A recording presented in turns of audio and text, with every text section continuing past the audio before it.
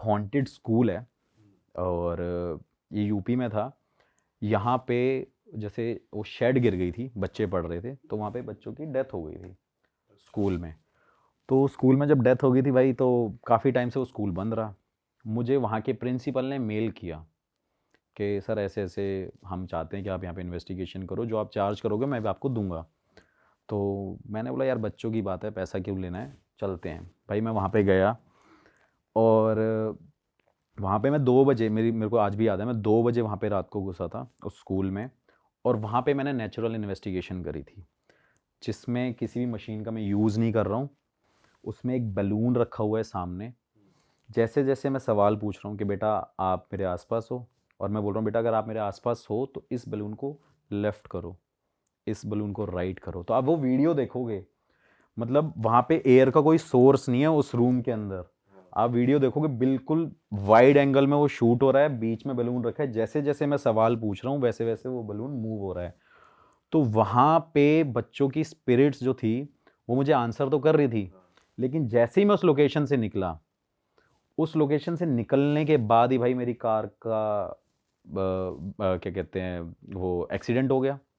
जैसे ही एक्सीडेंट करा, मतलब ठीक कराया मैंने उसको, रिपेयर कराया वहाँ से। उसके बाद भाई कार का टायर फट गया। जैसे ही टायर फट गया तो उसके बाद बैटरी ख़राब हो गई। बैटरी ख़राब होने के बाद भाई उसका कैम्बर फट गया। तो मैं कार को 4 दिन में लेके आ पाया अब दिल्ली वापस। तो मुझे लगा यार ये हो क्या रहा है। मैं उसके बाद नेक्स्ट डे मैंने बोला कि हनुमान मंदिर चलते हैं, कनॉट प्लेस भाई दिखाते हैं। हनुमान मंदिर गए भाई। जैसे ही मैं लैपटॉप लेके जा रहा था, नया लैपटॉप लिया मैंने, वो कार में रख के गया, वो लैपटॉप की स्क्रीन टूट गई। मतलब लाइक एप्पल का जो मैक प्रो था वो एकदम स्क्रीन टूट गई। मैंने बोला यार ये कुछ हो रहा है, अब मेरे को दिखाना पड़ेगा। तो फिर मेरी तबीयत ख़राब हो गई। मुझे मेंटली ये लग रहा है कि मेरी लाइफ में कुछ है ही नहीं, मेरे अपने लोग नहीं हैं। मुझे ये लग रहा है कि मेरे आसपास कोई है, मुझे बार बार कोई टच करता रहता है, मुझे ये फील हो रहा है। सपनों में वो स्कूल नज़र आने लग गया। मेरे को ये लगने लगा कि बच्चे वहाँ से आवाज़ मार रहे हैं। मैंने बोला यार ये बड़ा डिस्टर्बिंग सा हो गया भाई। मैंने 10-15 दिन काम ही नहीं किया। मैंने अपने आप को रूम में बंद कर लिया। मेरी माँ मेरे से पूछ रही है कि तू खाना क्यों नहीं खा रहा। मैंने बोला खाना खाने का मन नहीं है। मैंने बोला कि वो कह रहे कि चल दोस्तों के साथ चले जा, पार्टी में चले जा। मतलब मन ही नहीं है। फिर मेरे घर वालों को थोड़ा सा डाउट हुआ। फिर मेरे घर वालों ने बोला कि भाई तू अपने बाबा के पास जा। फिर आप मानोगे नहीं कि मैं बाबा के पास गया। बाबा के पास जैसे ही पहुंचा, उन्होंने छूटते ही मेरे को एकदम बोल दिया कि गाड़ी के टायर फटने लग गए, गाड़ी ख़राब होने लग गई हैं, और क्या कहते हैं कमरे में अपने आप को बंद करके रख लिया तूने। मैं हाँ बाबा। उन बाबा ने भाई ऐसे ऊपर करके देखा, कहते जा अब कुछ हो जाए तो बता दियो। मैं बाबा मुझे डर लगता है कि मैं घर से निकलूँ ना। मतलब एक ऐसा भी लेवल आ गया था कि मेरे को डर लगने लगा कि यार मैं नहीं निकलूँगा अब घर से। तो उन्होंने बोला अब घर से बाहर निकल, जो करना है वो कर। तो मैंने कहा क्या हुआ था? कह रहे बच्चों की आत्मा लग गई थी ना तेरे पीछे। मतलब उनको मैंने कुछ बताया नहीं है, उनको कुछ बताया नहीं है कि क्या हुआ है, कहाँ गया था, कहाँ गया था, क्या किया था, कहाँ था, क्या करता हूँ। वो खुद से बोलने लगे कि भाई बच्चों की आत्मा लगी है ना, जा तू ठीक हो गया। मैंने कहा चलो यार ठीक हो जाऊंगा। फिर मैं थोड़े दिन बाद आया, मेरे को लगा यार वो स्कूल की वजह से मैं बड़ा परेशान रहा। भाई मैं दोबारा उस स्कूल में गया। मैंने बोला कि नहीं भाई ये इसको करना है, इसको सॉर्ट करना है। दोबारा उस स्कूल में गया, स्कूल में जाके फिर इन्वेस्टिगेशन करी, फिर वहाँ पे बच्चों की स्पिरिट से बात करी, वो मेरे को साइंस मिले सब कुछ। भाई ये ना थोड़ा डीप में बताओ इस चीज को कि जैसे मान लो आपने बच्चों से क्या क्वेश्चन पूछे। भाई थोड़ा सिनेरियो एक्सप्लेन करो कि आप क्लासरूम में थे, कहाँ बात कर रहे थे, हाँ क्या मैं बताता हूँ। मैं क्लासरूम लाइक 2-3 क्लासरूम थे गांव में। आपको पता है कुछ बच्चे दरियों पे पढ़ते हैं और कुछ बच्चों के लिए बेंच थी। तो भाई मैं वहाँ पे बिल्कुल जो सामने ब्लैक बोर्ड था और एकदम फ्लोर था, वहाँ पे बेंचेस नहीं थे। वहाँ पे मैं बैठा हुआ, मैं बच्चों से पूछ रहा था क्या बेटा आप लड़का हो? तो वो आपको वहां वैसे फील हो रहा था हाँ हाँ हाँ भाई पूरा? वहाँ वहाँ पे फिर बताऊँगा सेकंड टाइम मेरे साथ क्या हुआ उसी लोकेशन पे। मैं वहाँ पे पूछ रहा हूँ कि क्या कहते हैं आप यहाँ पे हो? वो कह रहे हैं हाँ जी है। आपने मुझे पहचाना? तो वो ये भी आंसर कर रहे हैं कि हाँ भाई मुझे पता मतलब वो है। लेफ्ट या राइट कर रहे हैं, बलून ही लेकर नहीं गया? उस टाइम सेकंड टाइम बलून शायद मुझे याद नहीं है। लाइक हाँ बलून भी था और वो भी थे, लाइक फिर वो ईएमएफ मशीन्स। मीटर मशीन्स भी थी। क्योंकि मैंने सोचा था कि मैं नेचुरल इन्वेस्टिगेशन ज़रूर करूँ यार। लोगों के माइंड में डाउट होता है ना भाई, मशीन झूठ भी बोल सकती है। पर ये बलून क्या ये उस बोला जाता है कि भाई ये नेचुरल उसमें आता है कि वो ऐसी एनर्जीज कैच कर लेता है, क्योंकि भाई, बलून में पहली बार बैलून मतलब मेरे को एक ऐसा एक गैजेट लगता है जिसको आप रॉन्ग प्रूफ नहीं कर सकते। जैसे मैंने एक रूम में वहां पे बलून रख दिया, एयर का कोई सोर्स नहीं है, वो मूव होगा ही नहीं भाई। आप दूर से बैठ लो, वहां पे मूव होगा नहीं अनटिल अनलेस जब तक उसमें कोई प्रेशर नहीं लग रहा होगा। तो वहां पे मैं बोल रहा था कि अगर हो तो आप इस बैलून को मूव करो। और वो भाई वो इतना सेंसिटिव चीज़ है, एक बैलून इतनी सेंसिटिव चीज़ है, आप उसे हल्की सी फूंक मारोगे वो एकदम उड़ने लग जाएगा। तो मुझे लगा कि ये एक मेरा प्रोसेस है, मतलब आप कह सकते हो कि इसे इन्वेस्टिगेट करने का। और वहाँ विंडो कुछ नहीं थी जहाँ से विंडो हवा थे, एक दो होल जरूर थे, लेकिन वो होल ऊपर की तरफ थे, लेकिन बैलून बिल्कुल बीच में रखा हुआ था। तो उसमें मतलब आपको क्लियर पता चलेगा वीडियो में देख के कि हाँ वहाँ पे एयर का कोई सोर्स नहीं और होगा। भाई जब आप फर्स्ट टाइम गए थे तो ऐसी कुछ बात हुई थी कि वो आपके साथ ही आ गए, मतलब आपने वो कॉन्वर्सेशन एंड कैसे करी, या मतलब इन्वेस्टिगेट करने का पर्पस क्या था? कि जैसे सबको पता ही है वो हॉन्टेड है, पर आपने जाके वहाँ पे मतलब ये बताओ कि फिर उसके बाद प्रिंसिपल के साथ आपकी क्या बात हुई? करने का रीज़न क्या होता है? लोगों का रीज़न होता है उस हॉन्टेड जगह को सिर्फ हॉन्टेड है या नहीं बताना, लेकिन मेरा पर्पज़ ये होता है कि उस हॉन्टेड जगह को बिल्कुल फ्री कर देना, कि वहाँ पे लोग जाके रह सकें, उस स्कूल को मैं दोबारा चलवा सकूँ। उस प्रिंसिपल का मेन मोटिव ही यही था मेरे को मेल करने का, कि वो स्कूल चलने लग जाए। क्योंकि ऑब्वियस सी बात है, इतनी बड़ी प्रॉपर्टी है, बच्चों की एजुकेशन वहाँ पे जा रही है, बच्चे 20 किलोमीटर दूर जाते हैं गाँव में पढ़ने। तो सेकेंड टाइम मैं गया, मैंने वहाँ पे सवाल पूछे कि बेटा आपने मेरे पीछे आए थे? तो उन्होंने उस बात का आंसर किया कि भाई मैं आपके पीछे था, मैं आपके साथ था, आप मुझे देख रहे हो, मुझे टच कर सकते हो। तो वो आंसर कर रहे हैं। हाँ बिल्कुल प्रॉपर भाई। तो उस स्कूल में जब मैंने इन्वेस्टिगेशन कंप्लीट करी तो मुझे पता चल गया कि भाई अब इस स्कूल में स्पिरिट्स एग्जिस्ट कर रही हैं बच्चों की। और बच्चों की जो स्पिरिट होती है ना वो बड़ी मतलब आप कैसे ज़िद्दी होती हैं। आप समझ सकते हो कि जैसे बच्चा एक होता है तो ज़िद्दी होते हैं, किसी को चॉकलेट चाहिए, तो वो भी स्पिरिट्स बिल्कुल ज़िद्दी थी कि वो छोड़ना नहीं चाहती थी उस स्कूल को। क्योंकि आप समझ सकते हो, क्योंकि बच्चे ना थोड़े से इमोशनल भी होते हैं और ज़िद्दी भी बहुत ज़्यादा होते हैं, तो वो उस जगह को छोड़ना नहीं चाहते थे। तो भाई मैंने अपने बाबा को बुलाया, और मेरे बाबा कोई ऐसे नहीं है कि कोई सोशली बहुत ज़्यादा एक्टिव हैं। हाँ 95 उनकी जिनके एज पास है, आप गए थे जिनके उन्हीं को पास मैं बुलाया। जाता हूँ, मेरे पास 95 years के 95 वो। ईयर्स उनकी एज है, जो बैठे बैठे मुझे बता देते थे कि भाई मैं इस टाइम क्या खा रहा हूँ, क्या कर रहा हूँ। तो वो पावर्स मेरे मेरे हिसाब से मैंने आज तक कहीं एक्सपीरियंस नहीं करी। तो उनको मैंने बोला कि मतलब बाबा ऐसी बात है और मैं और आप चलते हैं, करते हैं। भाई उस स्कूल में गया मैं, आप मोटिव पूछ रहे थे ना, मोटिव ये था स्कूल में उन बाबा को मैंने 2 दिन वहाँ पे लेके गया। रात को मैं उनके पास गया, उनसे पूजा कराई अपने पैसों से, मैंने कोई पैसा नहीं लिया। उस स्कूल को मैंने दोबारा रीओपन कर दिया, और उस स्कूल में आज बच्चे पढ़ रहे हैं, और उस स्कूल में बच्चे एकदम मतलब लाइक चिल कर रहे हैं, अब आप कह सकते हो। मैंने वीडियो भी डाली है। तो हवन जो नॉर्मल जो पूजा होती है कि जो नॉर्मल पंडित करते वैसा ही था, कुछ अलग नहीं था? नहीं नहीं भाई, नॉर्मल पंडित मतलब नॉर्मल पंडित तो यार एक मैं हूँ, मैं हनुमान चालीसा पढ़ूंगा तो उसका इफेक्ट बहुत कम होगा। लेकिन एक पंडित हनुमान चालीसा पढ़ेगा उसका ज़्यादा होगा, क्योंकि पंडित डेली 100 बार हनुमान चालीसा पढ़ता है। मतलब एक एग्जाम्पल दे रहा हूँ। तो वो 95 ईयर्स का जो बाबा है, वो अगर उस चीज़ को कर रहे होंगे तो उससे कितना ज़्यादा इफेक्ट पड़ रहा होगा। बट उस पूजा के बारे में आप बता सकते हो, और उसके बाद उन्होंने कुछ भाई, बताया ये हो, कुछ- कैसे फ्री करा उन्हें? हाँ मतलब ये थोड़ी सी चीज़ ऐसी है कि इसको बताना थोड़ा सा मतलब मुश्किल भी हो जाएगा, क्योंकि वो कुछ अपनी तंत्र मंत्र विद्या, उनके पास सिद्धि है काली माता की। और मतलब आप कह सकते हैं कि वो हनुमान जी से डायरेक्ट बात करते हैं, लेकिन वो कभी फेमस नहीं होना चाहते, ना ही उनका ये मकसद है, ना ही वो कभी पैसे लेते हैं। जो पैसे लेते हैं वो मैं देता हूँ उनको, क्योंकि भाई ऑब्वियस सी बात है, उनको भी आगे अपना फैमिली को देखना है, उनके भी बच्चे हैं। भाई वैसे ये होते हैं जो एक्चुअल में जेन्युइन होते हैं वो लोग कैमरा के सामने नहीं आते और उनका कुछ मोटिव भी नहीं होता कि मुझे पैसा कमाना है या फिर ऐसा कुछ। हाँ बिल्कुल बिल्कुल यार। और मेरा मोटिव जो मैं हमेशा बोलता हूँ पैरानॉर्मल में घुसने का, वो यही है कि मैं हमेशा सिर्फ ये कोशिश करता हूँ कि जो स्पिरिट जो वहाँ पे है जगह, उसको भाई फ्री करूँ, मुक्ति दिलाना मेरा काम है। अब ऐसा नहीं है कि मैं भगवान हूँ, लेकिन ऐसे बाबाओं की हेल्प से मैं इन चीज़ों को करता हूँ, और तभी इस फील्ड में मतलब इंटरेस्ट है, और नए नए केसेस मेरे पास आते रहते हैं। भाई अपने कोई और नए केस के बारे में बताओ जहाँ पे आप गए और आपने कुछ ऐसा फील करा हो कि यार वहाँ तो आपकी हवा टाइट हो गई बिल्कुल। भाई एक ऐसी जगह है उत्तराखंड में, एक भाई लोहाघाट, चंपावत डिस्ट्रिक्ट है, और लोहाघाट एक शहर है, उसके ऊपर है एक पहाड़ों के बिल्कुल ऊपर टॉप पे एबॉट माउंट करके। हाँ, वो एबॉट माउंट भाई वहाँ की मतलब बहुत इंटरेस्टिंग स्टोरी भी है। और वहाँ पे जो हुआ है मतलब मैंने आज तक कभी, और इवन वो वर्ल्ड का भी और इंडिया का भी मोस्ट हॉन्टेड हॉस्पिटल में काउंट होता है।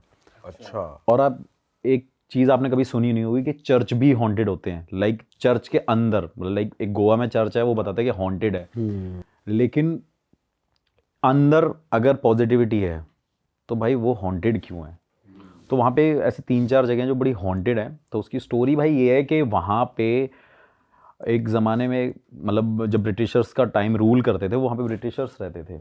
वहाँ पे उन्होंने क्या किया कि जब वो ब्रिटिशर्स वहाँ पे जा रहे थे तो कुछ ब्रिटिशर्स वहाँ पे रुक गए क्योंकि उनको वो जगह बड़ी पसंद आई।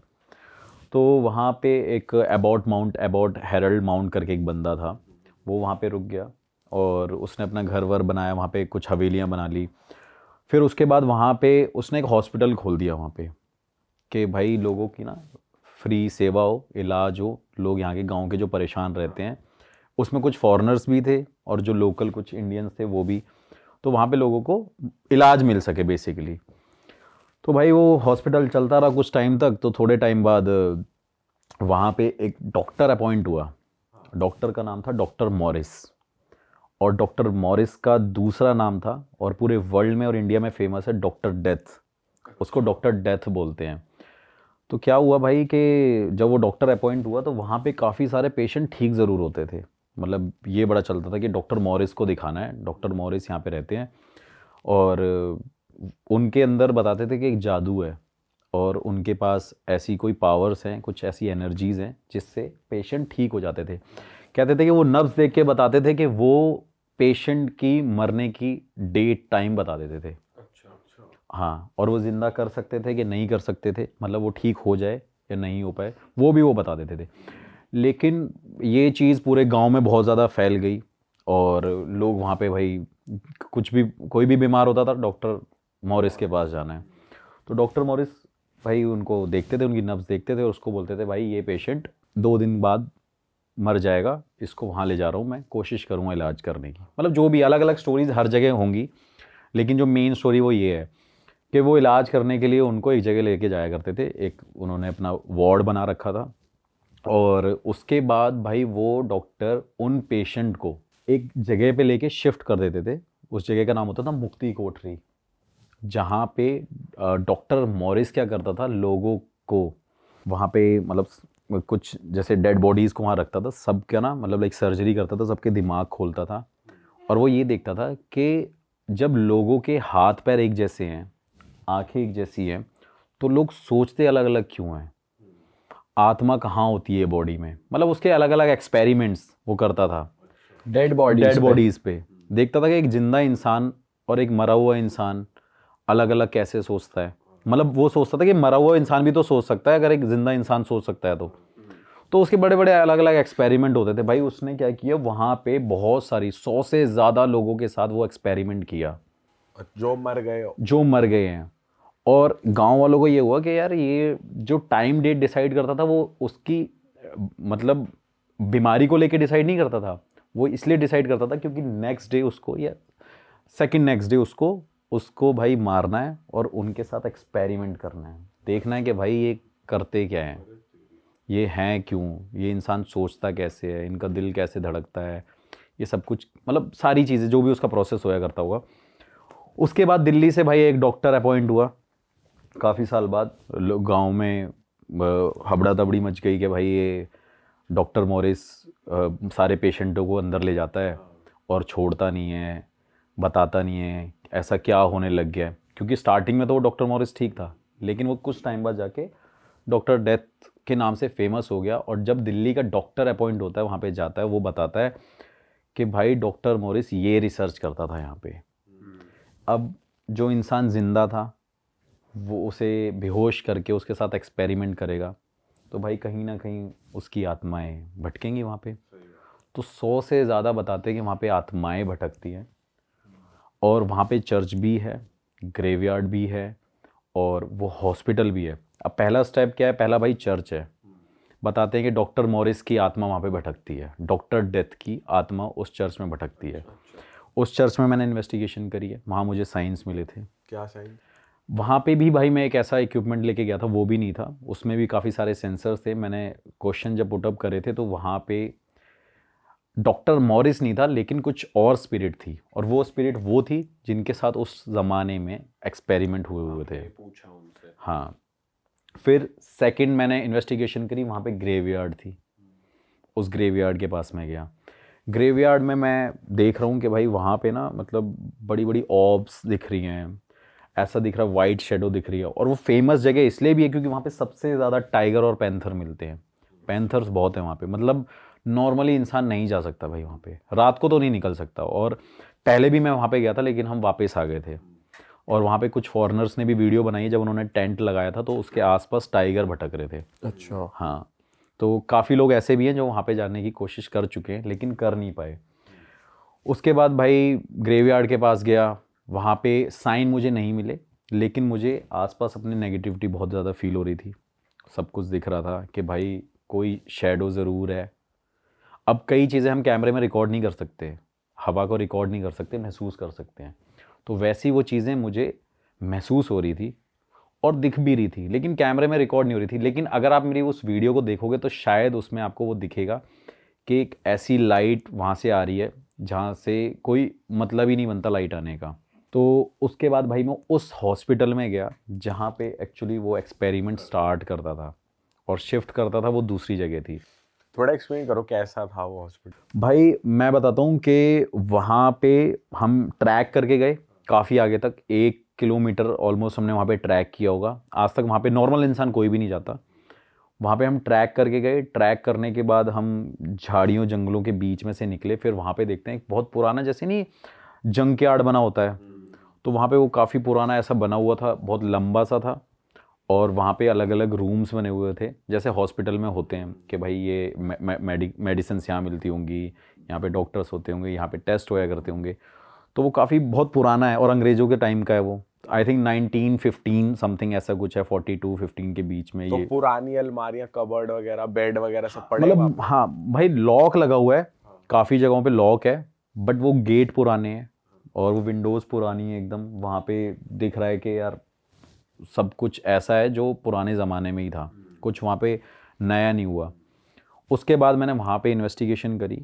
वहाँ पे इन्वेस्टिगेशन करने के बाद मुझे कुछ फील नहीं हुआ, मेरे मशीन्स पे कुछ फील नहीं हुआ, लेकिन मेरे आसपास मुझे ये फील हो रहा था, मेरे पूरे बियर्ड की जो रोंगटे थे खड़े हो गए, मेरे पैरों के रोंगटे खड़े हो गए।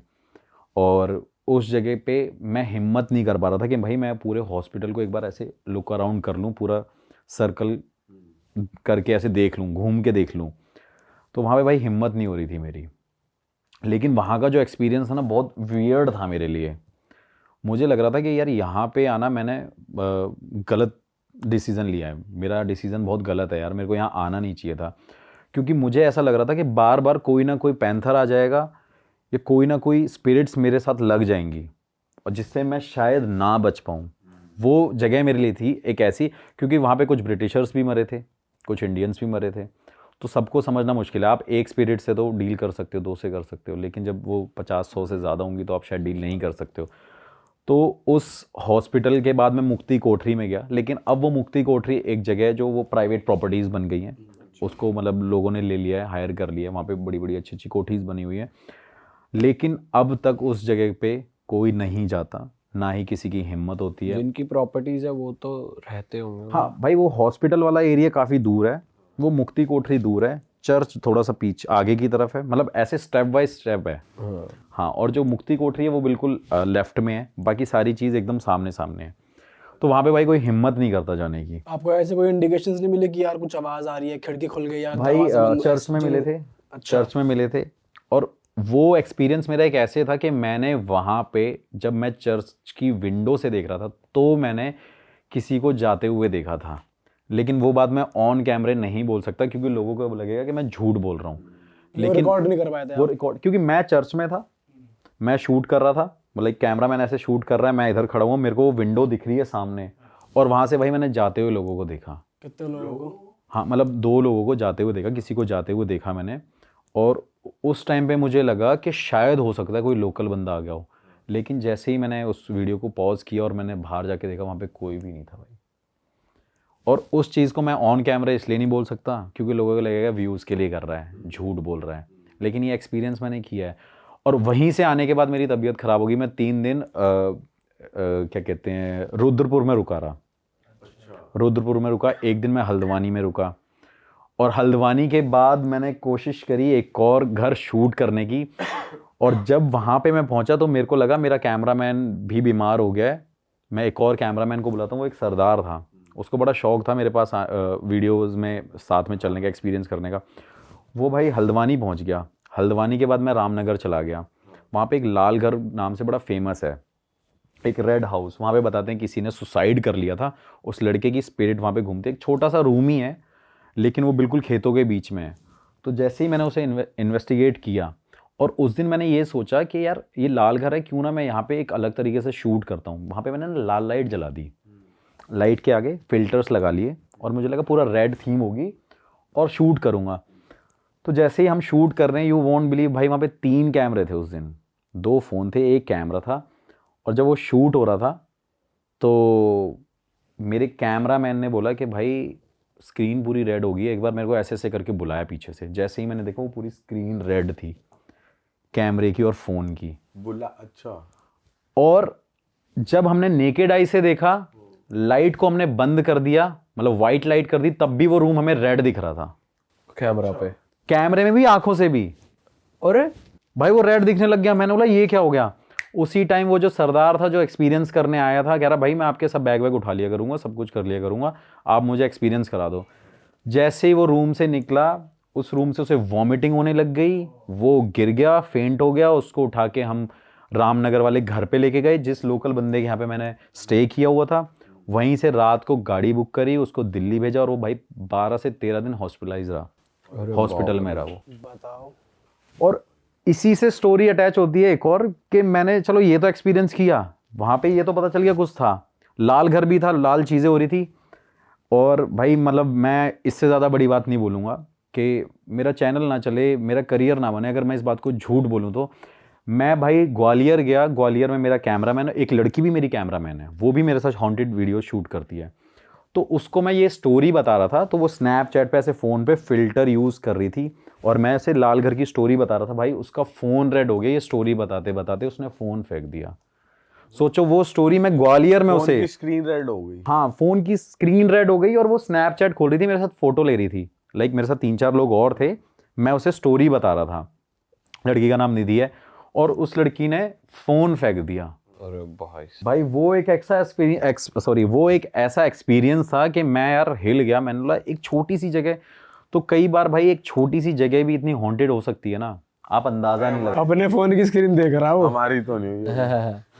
चलो अच्छा है नहीं हुई भाई, और क्या। भाई तो वो बड़ा एक अलग एक्सपीरियंस था। मैंने बोला यार एक घर था वहाँ पे, चलो ये चीज़ें हुई। तो फिर वो सरदार से मैंने पूछा कभी चलना है, कह रहा भैया मेरी माँ ने कसम दे के बोल दिया कि आज के बाद नहीं, आज के बाद सागर तिवारी के साथ दिख मत जाइयो। भाई वो बंदा आज तक फ़ोन नहीं करता, बर्थडे पे विश करता है, सिर्फ ये बोलता है भाई हैप्पी बर्थडे, लेकिन मिलूंगा नहीं। मैंने बोला यार ये भी बड़ी अलग चीज़ है। मैंने मिल ले, कह रहा नहीं भाई आप जैसे बंदे के साथ नहीं मिलना। कह रहा आप तो हमेशा ऐसी जगह ले जाते हो जहाँ बंदा मरे ही मरे, बचने के कोई चांस ही नहीं है। तो मैंने बोला भाई फील्ड ये चूज़ करी है। भाई जब आप उस रूम से बाहर आए तब आपको सब नॉर्मल दिख रहा है? जब हाँ मुझे सब नॉर्मल दिख रहा था, लेकिन मेरी चेस्ट में पेन हो रहा था। बट मैं तब तक नहीं मानता जब तक मेरे साथ कुछ ज़्यादा ना फील हो, मुझे एक्सपीरियंस ना हो। तो वो चीज़ मेरे साथ वहाँ पे हुई, और वही चीज़ ऐसी ही सेम चीज़ मेरे साथ कहीं और हुई थी। तो एक काली नदी है यूपी में, बड़ी फेमस है। वहाँ पे काफ़ी सारी डेड बॉडीज़, मतलब लाइक लोग जला देते हैं नदियों के पास, लोगों के पास वहाँ पे क्रिमिनेशन ग्राउंड नहीं होते हैं। तो भाई उसने वहाँ पे एक मेरे फ्रेंड ने मेरे को मैसेज किया कि भाई यहाँ पे ना रिचुअल करके देखते हैं, हॉन्टेड रिचुअल। भाई रात को मतलब जो गेम होती है, ऑल्दो मतलब मैं बिलीव नहीं करता था इन चीज़ों में। तो वहाँ पे मैंने उस गेम को करने के लिए, रिचुअल को स्टार्ट करने के लिए रात को गया। वहाँ पे बोन्स थी, बोन्स भी साथ में रखी हुई हैं, पता नहीं किस किस की थी, इंसान की भी थी, जानवर की भी थी। वो रिचुअल किया, देखा वहाँ पे, मुझे कुछ फील नहीं हुआ। लेकिन मुझे जैसे ही मैंने उस जगह को मैंने छोड़ा, तभी मुझे लगा मेरे पीछे कोई चल रहा है। भाई मेरे सर में इतना दर्द, चेस्ट में इतना पेन, और वो पेन भाई मेरे से बर्दाश्त नहीं हो रहा। और मेरे होम टाउन के पास ही है, 12-13 किलोमीटर दूर था। तो वो मेरे से पेन बर्दाश्त नहीं हुआ, मैं अपने घर पे जाके सो गया। अब मेरे पास घर पे थे 4 लड़के, तो एक मेरा कैमरामैन था, एक भाई मैं अपना शेफ़ लेके गया था क्योंकि मेरे घर में कोई रहता नहीं, ऑल्दो मेरा खुद का घर हॉन्टेड है वैसे तो, वो बहुत बड़ा कोठी सी है, तो वहाँ पे कोई रहता नहीं है, तो वो वहाँ पे था। एक मेरे गांव का लोकल बंदा था। रात को भाई हम सो रहे, जैसे ही मतलब लाइक गांव में हमारी खाटे, जो हम खाटों पे सोते हैं, तो खाटे थी भाई, 2 बंदे रूम में सो रहे थे, 2 बंदे बाहर सो रहे थे। तो मैं फ़ोन चला रहा था, मेरे एक फ्रेंड का फ़ोन आ रखा था यूएस से, मैं उससे वीडियो कॉल पे बातें कर रहा था, शूट करने के 3 बजे के अराउंड। तो भाई जैसे ही मैं वहाँ पे शूट कर रहा था, तो नहीं, जैसे ही मैं उससे बात कर रहा था वीडियो कॉल पे, तो उसी टाइम पे मेरा कैमरामैन मेरे को कह रहा कि सर कुछ आवाज़ आ रही है आपको? मैंने कहा नहीं। फिर मैंने सुना, मैंने हाँ कुछ आवाज़ आई जा रही है। मैंने एकदम अपने फ्रेंड का फ़ोन काटा, मैंने तू फ़ोन काट भाई, मैं 1 मिनट देखता हूँ, कुछ आवाज़ आई जा रही है। और मेरा घर भी ऐसा है बिल्कुल कोने में है, मतलब उसके बाद सिर्फ हमारे फार्म्स हैं। क्या आवाज आ रही थी? मतलब जैसे कोई ऐसे नहीं, आप मतलब आपको कोई ना कोई नॉक कर रहा है, तो मुझे लगा हो सकता है मेरी विंडो, शायद कोई विंडो खुली रह गई हो, कुछ इस वजह से आवाज़ आ रही हो। रैंडम आवाज। हाँ, रैंडम आवाज़ हो। फिर उसके बाद उसने दोबारा बोला कि आवाज़ आ रही है। मैंने कहा यार चल एक बार देखते हैं। तो भाई जैसे ही मैंने अपनी खटिया छोड़ी, खटिया छोड़ने के बाद मैं गया विंडोज़ को सारी चेक करने, अपने पूरे घर में घूमा। मेरे घर में अकेले घूमने में बंदे की फट जाए ऐसा है वो घर। हाँ, तो जैसे ही उसको छोड़ा कि भाई तू भी जाके चेक करके आ, मैं भी चेक कर लेता हूँ, देखा सब नॉर्मल है। जब मैं सोने लग गया, वो बंदा सोने लग गया, तो तीसरा बंदा जो बाहर बैठा हुआ था वो कह रहा है कि सागर भाई कोई यहाँ पे है। मतलब क्या हुआ? कह रहा मेरे आसपास से कोई घूम रहा है, कोई बार बार मेरे को टैप करे जा रहा है। मैंने बोला यार ये क्या बात हुई? अब यार एक बंदा झूठ बोल सकता है, मैं भी शायद उसको डराने के लिए झूठ बोल सकता हूँ, लेकिन तीसरा बंदा भी आके मेरे को बोल रहा है। फिर तीसरा बंदा भाई मेरे पास ही आके मेरे पास ही सो गया। फिर बचा गांव वाला बंदा। अब गांव वाले बंदे बताते हैं बड़े स्ट्रांग होते हैं, कहते हैं कि गांव का बंदा डरता नहीं है, लेकिन ऐसा तो बिल्कुल भी नहीं है, गांव के बंदे तो सबसे ज़्यादा डरते हैं। वो गांव का बंदा रात को आया, उसने छूटते ही हम उठ नहीं रहे थे, सो गए, उस बंदे ने हमारे ऊपर पानी डाल दिया कि भैया यहाँ पे कुछ है, ऊपर छत पे औरत चल रही है, मैंने परछाई देखी है, छन छन की आवाज़ आई जा रही है। जैसे ही भाई मैंने देखा, मैंने बोला यार मैंने तू पानी क्यों डाला, मैंने उसको सुनाई थोड़ी सी। उसके बाद उसने मेरे को बोला कि नहीं भाई आप देखो एक बार चल के। भाई ऐसे भी तो उठा सकता था भाई। अरे भाई हम उठ नहीं रहे होंगे ना, क्योंकि टायर्ड हो गए थे, शूट करके आए थे, वो करके आए थे, रिचुअल करके आए थे हॉन्टेड जगह से। भाई रिचुअल के बारे में भी बताना इसके बाद कि क्या था। गांव वालों को ये नहीं पता होता ना भाई कैसे कैसे किसको ट्रीट करना है। गांव वाला बंदा तो अपने तरीके से सोचता है। नहीं उठ रहा आने दो, ये ले मग्गा। अब कई गांव के बंदे ऐसे भी बुलाते हैं भाई, नहीं सामने वाला सुन रहा, पीछे से पत्थर फेंक देते हैं, हाँ भाई सुन ले आवाज मार रहे थे। तो वो बंदे ने थोड़ा सा ऐसे पानी लेके पानी फेंक दिया। अब भाई पूरे घर में ढूंढा, कुछ नहीं हो रहा। उस टाइम पे मेरे साथ क्या हुआ कि उस गांव वाले बंदे ने मेरे को बोला कि हमारे गांव में ये माना जाता है कि अगर आपके घर के आसपास चुड़ैल है और घूम रही है। उसने क्या किया, हमारी सारी स्लीपर्स ली और सारी उल्टी करके रख दी। मैंने इसका मतलब क्या है? तब मैं ये इन्वेस्टिगेशन करता था। कह रहा इससे कहा जाता है कि भाई जब चप्पलें उल्टी कर देते तो कोई नेगेटिविटी आसपास नहीं घूमती। मैंने कहा ये तो बड़ा अलग लॉजिक है यार। मैंने कहा चल करके देख ले। उसने भाई करके देखा। भाई वैसे तो उल्टा कहा जाता है कि भाई चप्पल उल्टी नहीं सीधी कर दिया करो जब भी उल्टी होती है। ये नॉर्मली घर पे कहा जाता है। वो अपशगुन कहा जाता है अक्सर कि अगर उल्टी चप्पल है तो वो अपशगुन है। वो अपशगुन हो जाता है। लेकिन भाई वो अपशगुन को उसने और ज़्यादा कर दिया। तो उसने चारों की चप्पलें उल्टी कर दी है। तो भाई जैसे उसने वो किया, थोड़ी देर बाद हम सो गए। लेकिन सोने के बाद मुझे रात को सपना आया, मेरा कैमरामैन भी जानता है मेरे को, मतलब ये 3 चीज़ें एक साथ मेरे साथ हो रही हैं कि मैं रात को सोया हूँ, मैंने उसी टाइम पे एक सपना देखा है कि एक लेडी है जो मेरा पैर पकड़ के मुझे खींच के ले जा रही है। और जैसे ही मैं उस टाइम पे उठा हूँ 4 बजे, मेरी बॉडी में पेन हो रहा है, मेरे पैरों में भी पेन हो रहा है। तो मुझे लगा बुरा सपना होगा भाई।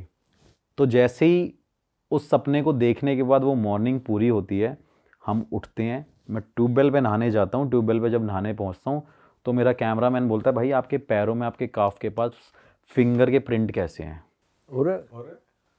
मैं भाई ऐसे देखता हूँ भाई कि मतलब ये चीज़ ना, कुछ ऐसी चीज़ें जो मैं भूल जाता हूँ या कुछ ऐसा हो जाता है और ना ही मैं बता सकता हूँ, क्योंकि भाई मैं बताऊंगा बंदा बोल दे भाई झूठ बोल रहा है। भाई फिंगर के प्रिंट्स मेरी काफ पे थे और 5 दिन तो मैं गांव में था। ऐसा भी कोई नहीं कह सकता भाई कि कोई लड़की ने पैर मार हाथ मार दिया हो किसी लड़की ने टांगे पकड़ ली हो मेरी। तो भाई मैंने देखा, मैंने लगा क्या यार ये हुआ क्या है। फिर अगले दिन सुबह सुबह गांव वाले से पूछा, उन्होंने बोला ये जो तेरे घर के साथ में इतना बड़ा पेड़ है ना, इस पे चुड़ैल घूमती है, यहाँ पे एक औरत ने सुसाइड कर लिया था गांव में, अपने आप को लटका लिया था। तो मैंने बोला यार आपने आज तक बात नहीं बताई है। वो फिर वो कहते हैं यार ये तो सबको पता है, हमें लगा तुझे पता होगी। तो मेरा उसकी जो डालियाँ हैं वो मेरे छत के ऊपर आती हैं, तो मुझे लगा हो सकता है भाई ये ऐसी चीज़ें हो। और वो पेड़ का, पीपल का पेड़ है ऐसा? भाई वो नीम का पेड़ है, और वहाँ पे भी मतलब वहाँ पे भी कुछ ना कुछ लोग पूजा वूजा करके रखते हैं। मुझे नहीं पता था ये लोग पूजा क्यों करते हैं, मेरे को लगा होगा भाई यहाँ पे गांव वाले करते होंगे पूजा। लेकिन कोई भी दिवाली होली कुछ भी ऐसी टाइम पे लोग वहाँ पे पूजा करते हैं, सिंदूर लगाते हैं और चूड़ियाँ वूड़ियाँ रखते हैं। तो मुझे लगा, फिर मेरे को उन्होंने बताया कि भाई हम उसको शांत करने के लिए लगाते हैं। मैंने बोला मुझे क्यों नहीं बताया यार, मैं ठीक करता इसको। तो कहते नहीं भैया ये किसी के काबू में नहीं आती। भाई आप ये भी तो बता रहे थे कि आपकी फैमिली में भी कुछ था। अच्छा हाँ, भाई मतलब उससे पहले मैं थोड़ा जानना चाहता हूँ रिचुअल में क्या करा था आपने हड्डी वड्डी से? भाई ऐसे हड्डियाँ रख दी थी, लेमन रख दिए थे, सिंदूर रख दिया था, और कुछ मंत्र थे जो मुझे याद नहीं है, संस्कृत में मंत्र थे। उससे बताते हैं कि स्पिरिट आपके आसपास आ जाती है और आपको वो फील कराएगी कि आपके बिल्कुल आसपास है, साथ में, और आपको टच करेगी वो, पर हार्म नहीं करेगी। पर हार्म नहीं करेगी। लेकिन क्या पता भाई कोई कर भी सकती है, कोई कर भी नेगेटिव। सकती है। ज्यादा लेकिन ताकतवर हाँ, लेकिन भाई मैं हमेशा से यही बोलता हूँ कि स्पिरिचुअली मैं इतना ज़्यादा स्ट्रांग हूँ ना कि मैं इतनी लोकेशंस पे गया हूँ। शुरू में मान सकता हूँ मेरे साथ एक दो चीज़ें हुई, लेकिन आज तक टचवुड ऐसी चीज़ें मेरे साथ कभी भी नहीं हुई। और मैं किसी के पास जाता भी हूँ तब भी उनको पॉजिटिविटी फील होती है कि भाई ये बंदा बड़ा पॉजिटिव है, ये है वो है। क्योंकि मैं सब टेक्निकली नहीं देखता भाई, टेक्निकली तो सब देख रहे हैं, टेक्निकली सब सारी प्रॉब्लम सॉल्व कर रहे हैं। अब मैं जाऊंगा, कुछ फेक मशीन्स भी हो सकती हैं कि भाई टेक्निकली लोग बता देते हैं आपके घर में भूत है, वीडियोस भी बना लेते हैं, क्योंकि सेंसर के आप पास से हाथ हिला दोगे तो भी भाई सेंसर चलने लग जाता है। हम भाई स्पिरिचुअली बहुत ज़्यादा चीज़ें उस चीज़ को देखते हैं।